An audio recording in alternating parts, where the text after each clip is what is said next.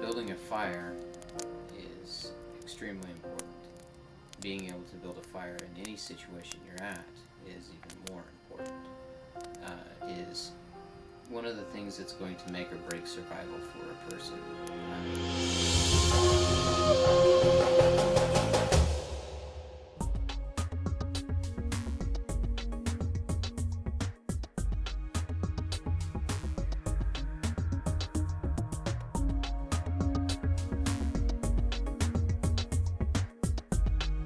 We're out here in central Utah in the high desert, and today we're going to talk about what it actually takes to make a fire and be successful in building a fire without matches. I want to introduce to you 3 methods of creating fire using one of the native plants around you: friction, or flint and steel, a fire piston. A very unique method. We're going to cover all 3 of those today. All 3 ways to light this. So let's get started.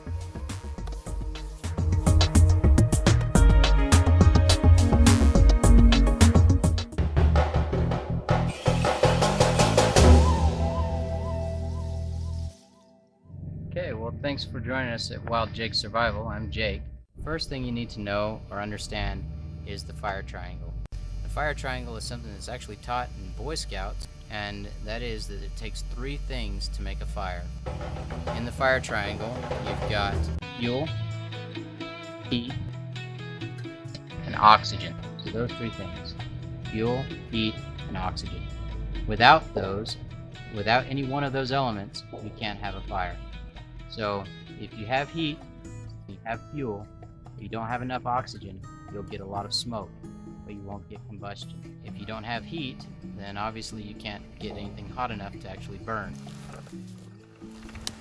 If you don't have something for it to burn, which is the fuel element, then you won't have a fire. So what we've got here laid out are materials for starting a fire. The first thing we need is tinder.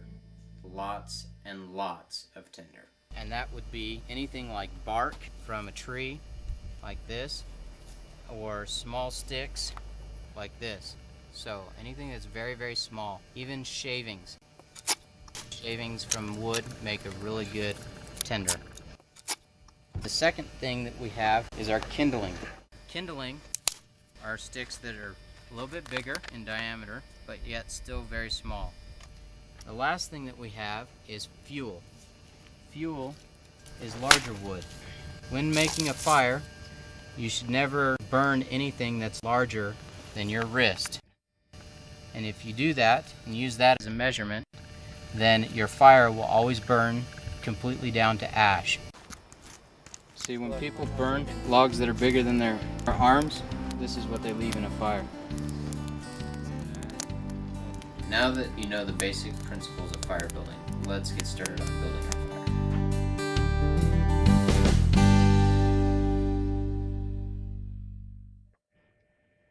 What we want to do now is show you a nest.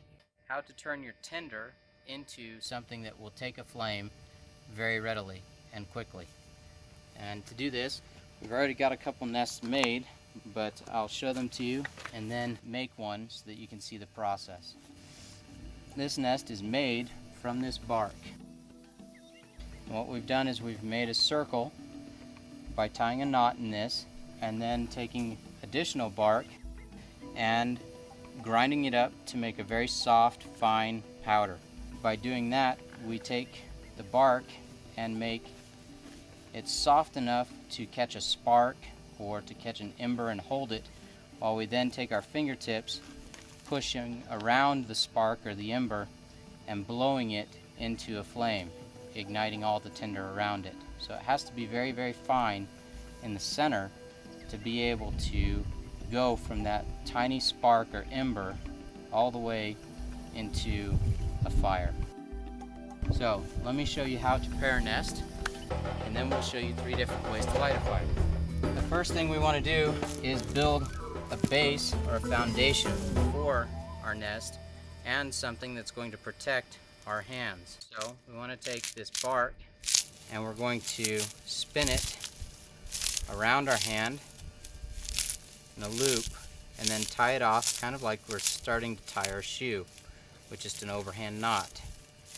I'm going to take this, spin it around, and go over and underneath, just like so. And the same thing with this other side. We're going to go over and underneath. By doing this, we've created a ring here that will support our nest and also protect our fingers because this is very thick. So when we're pushing on this and blowing on it, we're not going to burn our fingers. The next thing we want to do is to take our bark. Now, this can be any stringy bark. Bark from a juniper tree or from a sagebrush work great. The inner bark from cottonwood trees, from aspen trees, those all work well too, but it has to be the inner bark. And if you turn it over, you'll find this stringy material like this on it. Use that. Now, to make this soft, I'm going to just grind it up in my hands like this by twisting it and folding it over on itself.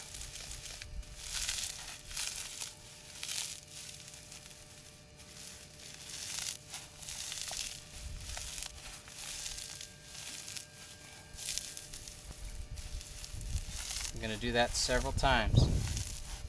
Once I've ground it up and folded it over on itself, this is much finer than it was, but it's still not fine enough for my nest. So what I want to do now is bring my nest over, and I want to grind this together.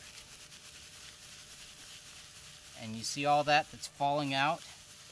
That's the reason I wanted to bring my nest over, is because I want to try to keep that. Because all that powder is much finer than this that I have in my hand. I've got this material. I'm going to set it down and push it down inside that ring that I created. And this is why this is called a nest, because it looks just like a bird's nest. Okay, once I've done that, I'm going to take some more bark and grind it up even finer. Again, using the same technique, but doing it over the nest itself.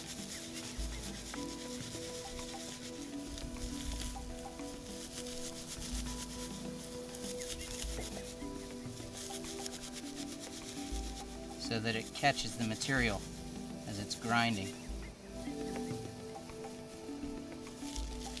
Now, the finer you can get this material, the easier it will ignite when you start blowing on it.